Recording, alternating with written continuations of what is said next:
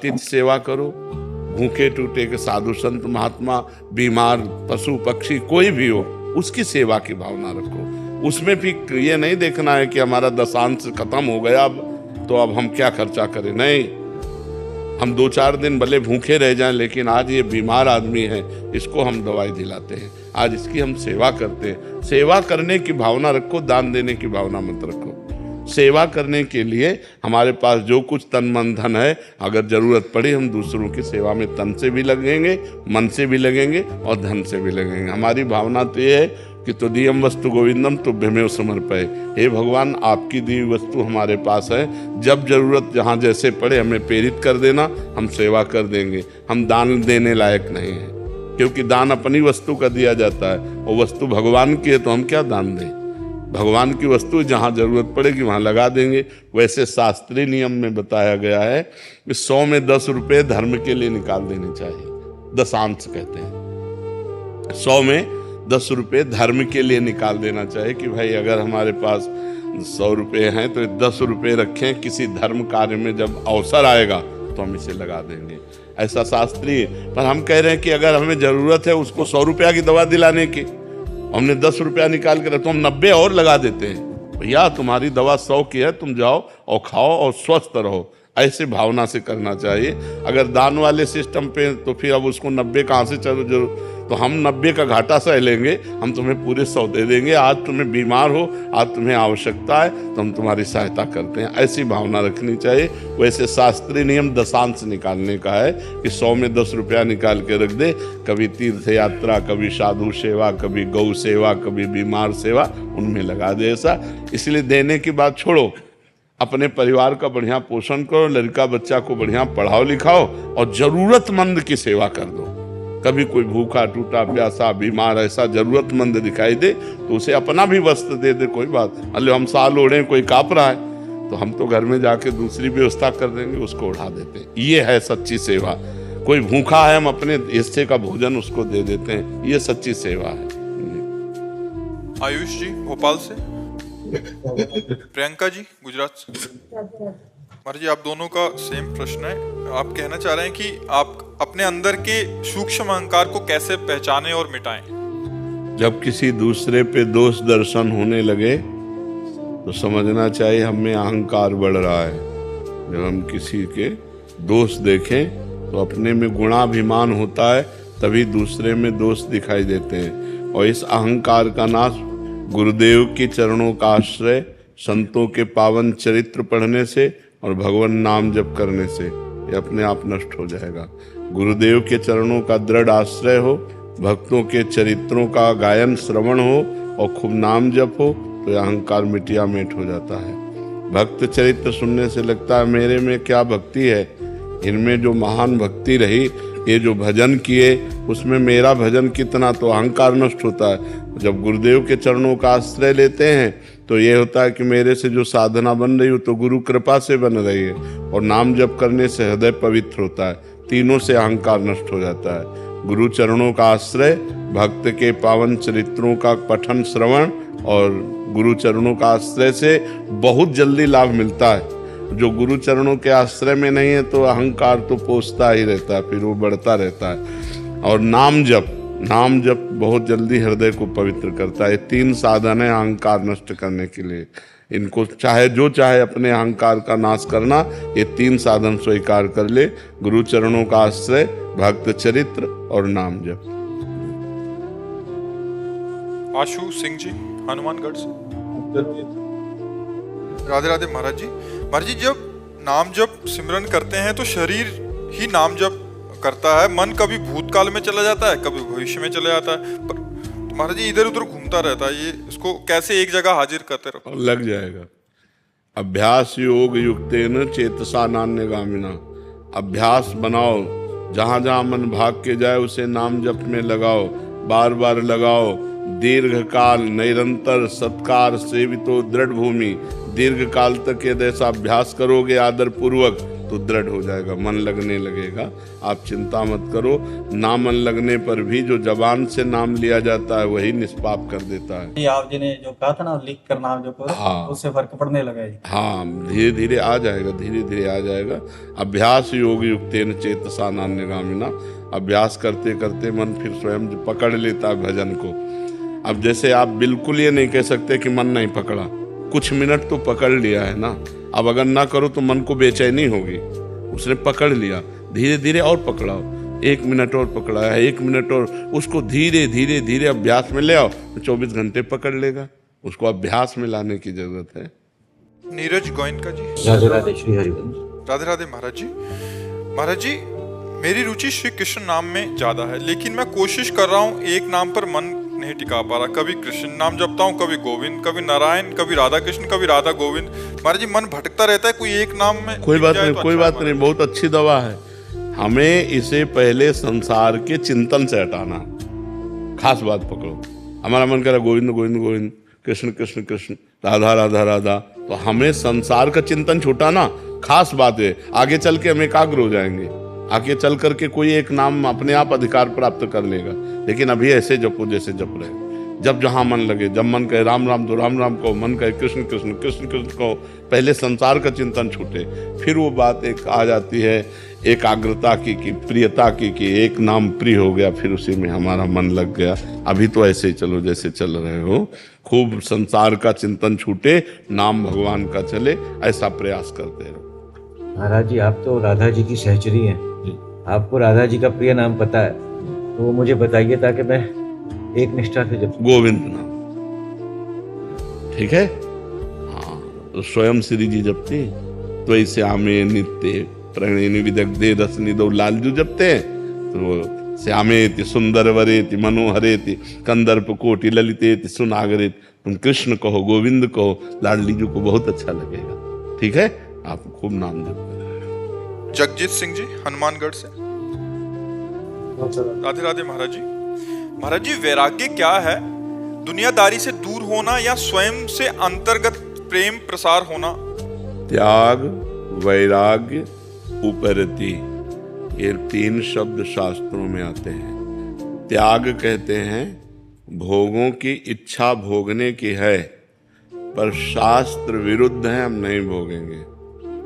हमें भगवत प्राप्ति करनी है, भोगों की भोगने की इच्छा है पर हम भोगेंगे नहीं, उसे कहते हैं त्याग।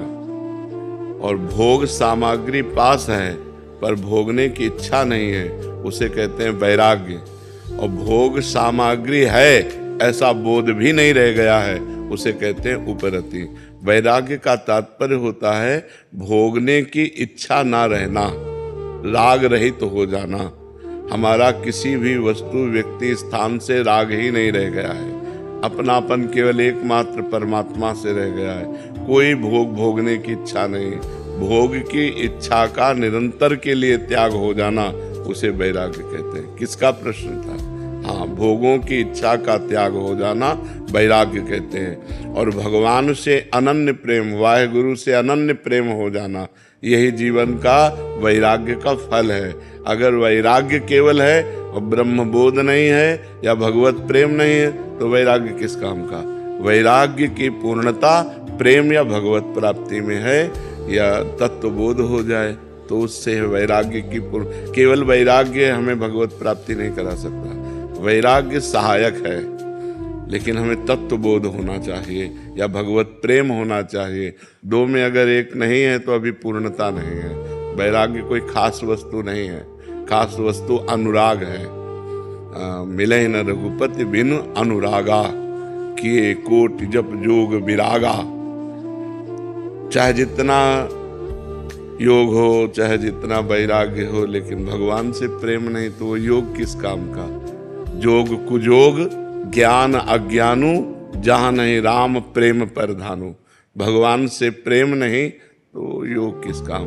सनकादि निरंतर हरिशरणम हरिशरणम हरिशरणम जपते रहते हैं, और ब्रह्मबोध संपन्न महापुरुष हैं, तत्वबोध है जिनको, वो भी निरंतर नाम जप करते हैं। तो नाम जप करो और असत भोगों का त्याग करो। सत भोगों से तो शरीर का पोषण करो, धर्म का पालन करो, असत भोगों का त्याग करो।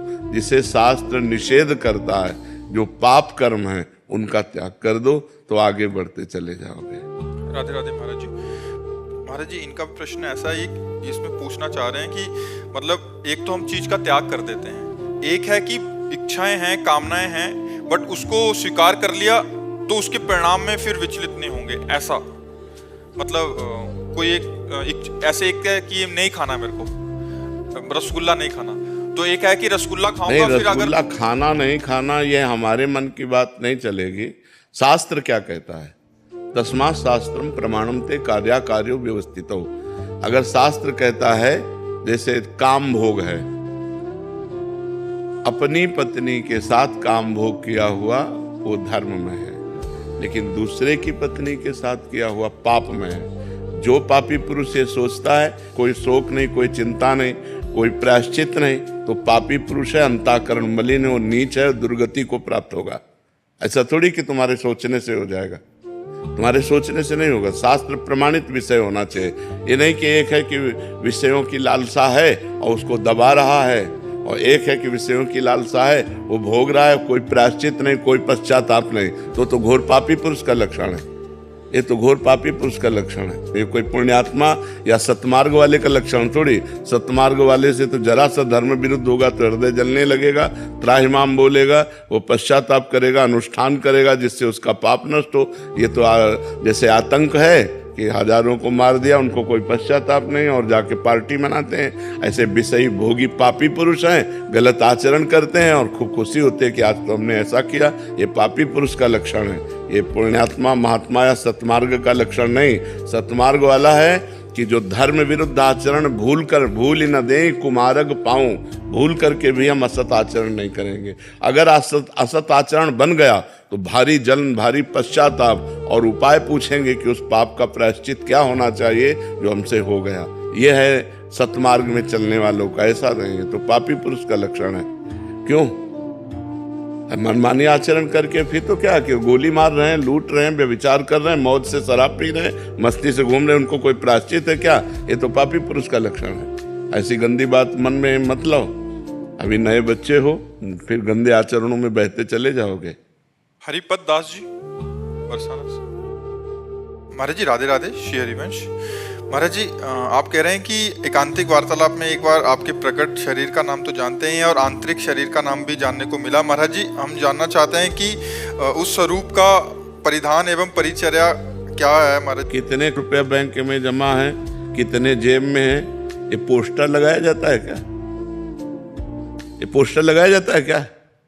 आपका स्वरूप क्या है, उसकी पहनावा क्या है, आपकी सेवा क्या है, ये हमारा पर्सनल विषय है। आप अपनी स्थिति की बात करो कि आपकी साधना में क्या विक्षेप है, उसका उत्तर लीजिए। ये कोई प्रचार प्रसार का विषय है क्या? पोस्टर लगाने का विषय है क्या? साधना को, दिनचर्या को, उपासना को, उपास्य को गुप्त रखा जाता है। ये कोई एकांतिक में वर्णन करने वाली बातें है क्या? आप अपनी साधना में बताइए कि आप कहाँ पहुंच रहे हैं, जहाँ पहुंचने में विक्षेप हो उसका उत्तर लीजिए। ये ऐसी बातें नहीं की जाती है। ये अपनी गुप्त, आदमी साधारण धन को नहीं बता सकता कि हमारा बैंक बैलेंस कितना है, हमारी जेब में कितना, हमारे घर में कितना सोना रखा है, कितना।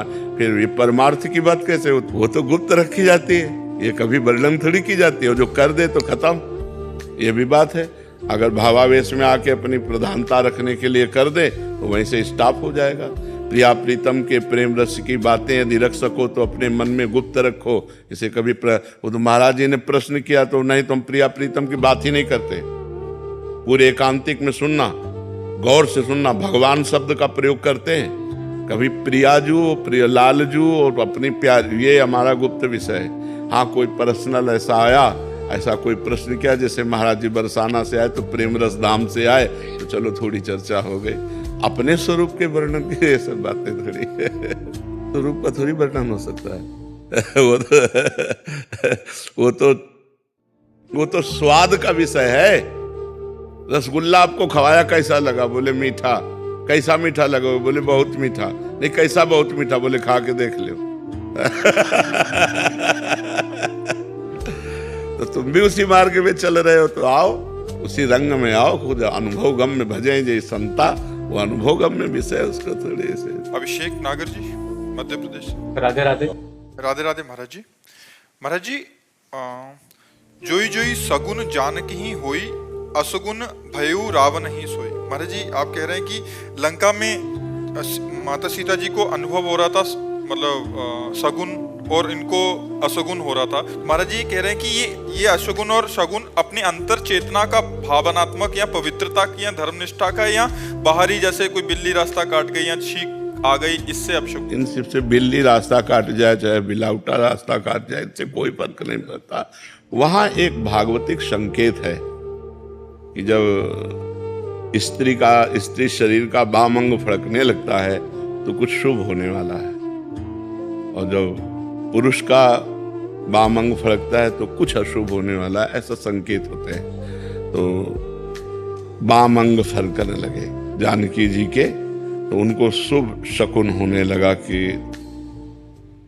रावण के अशकुन होने लगा। जब बाम अंग उनके फड़कने लगे तो उसको अपशकुन होने लगे कि कुछ अब गलत होने वाला है। तो वहां संकेत मात्र केवल उसके लिए। बिल्ली में भगवान देखो कभी अपशकुन नहीं होगा, भगवान तो बिल्ली में भी विराजमान है। राधा राधा कहो कोई बाधा नहीं, जब घर से निकलो तो राधा राधा राधा राधा राधा। जहां तुम्हें ऐसा लगे किसी ने छींक दिया, किसी ने अपशकुन कर दिया, किसी ने, तो वहां राधा राधा राधा बोलो। गांव में बहुत सी ऐसी प्रणालियां हैं, ये कोई शास्त्रीय नहीं है। शास्त्रीय ग्रह नक्षत्र हैं जो प्रतिकूल होने पर दंड देते हैं और अनुकूल होने पर सुख सुविधा देते हैं। तो समस्त ग्रहों की शांति के लिए भगवान का भजन करें, वो सर्वलोक महेश्वर हैं। उनके भजन करने से कोई ग्रह नक्षत्र प्रतिकूल होने पर भी प्रतिकूल फल नहीं देता, और भगवान से विमुख है तो अनुकूल होने पर भी अनुकूल फल नहीं देता।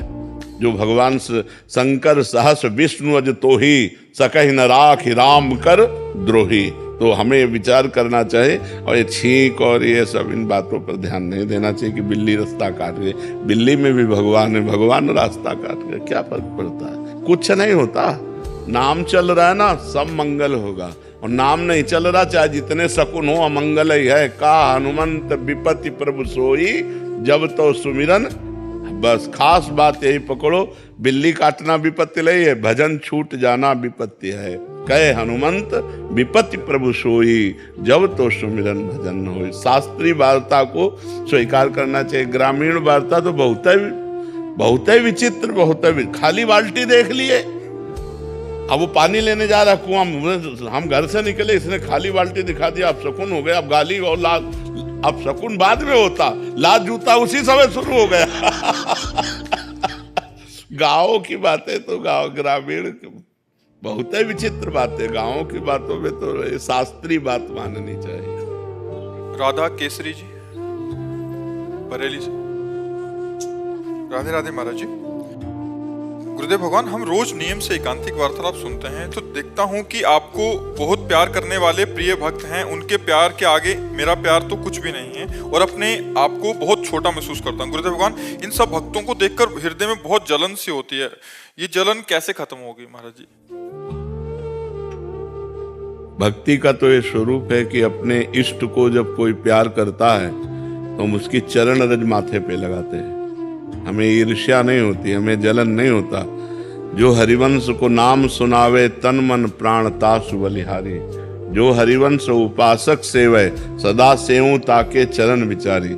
यदि हमारे गुरुदेव से जो प्रेम करते हैं तो हमें ईर्ष्या नहीं होती, हमें उनकी चरण वंदना करने का मन होता है कि अहो भाग्य, धन्य भाग कि आप हमारे गुरुदेव की सेवा करते हैं, आप हमारे गुरुदेव की आज्ञा में रहते हैं, आप हमारे गुरुदेव को प्यार करते हैं, इसलिए हम आपको बहुत प्यार करते हैं, बहुत आदर करते हैं। भक्ति ईर्ष्या नहीं पैदा करती, भक्ति प्रेम पैदा करती है। तो ये गलत बात है, इसको हटाओ अंदर से, ये ठीक बात नहीं है। जो गुरु को प्रेम करने वाले हैं उनको मानसिक नमस्कार करें कि धन्य भाग, आप इतना प्रेम करते हैं। काश हमारे अंदर भी ऐसा भाव हो कि हम आप जैसा गुरुदेव से प्यार कर पाएं। ये बात तो है, उनकी चरण वंदना करें, उनके प्रति सच्चे भाव रखें, ईर्ष्या न करें। ईर्ष्या करना भक्ति नहीं है, ये गलत है, ये शास्त्र विरुद्ध है, ये भक्ति विरुद्ध है। भक्ति ईर्ष्या नहीं कराती, भक्ति प्रेम कराती है। पर ये ऐसा भाव भी हो सकता है कि वो आगे निकला जा रहा है, मैं पीछे वहीं की वहीं तो उसकी चरण धूल माथे पे रखो, वो आगे भजन में निकल रहा है तो उसकी चरण धूल माथे पे रखो कि तुम्हारा जैसा भजन हमें ईर्ष्या करने। ईर्ष्या तो संसार में होती है, भक्ति में ईर्ष्या थोड़ी होती है। भक्ति में तो नमन होता है। अपने से बड़े भक्तों के तो चरणामृत पिया जाता है, जूठन पाई जाती है, उनकी चरण रज माथे पे लगाई जाती है, उनकी दास्ता स्वीकार की जाती है, ईर्ष्या थोड़ी की जाती है।